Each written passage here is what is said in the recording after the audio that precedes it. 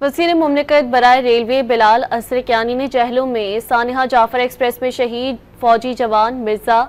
جواد کی قبر پر حاضری دی۔ وزیر مملکت برائے ریلوے نے کہا کہ پاک افواج کے جوان ملک کی حفاظت کے لیے قربانیاں دے رہے ہیں۔ پوری قوم دہشت گردی کے خاتمے کے لیے قانون نافذ کرنے والے اداروں کے شانہ بشانہ کھڑی ہے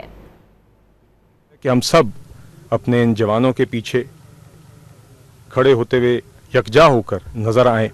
اور ان کو یہ پیغام دیں کہ جب وہ اپنی جان کو داؤ پر لگاتے ہیں روزانہ کی بنیاد پر ہماری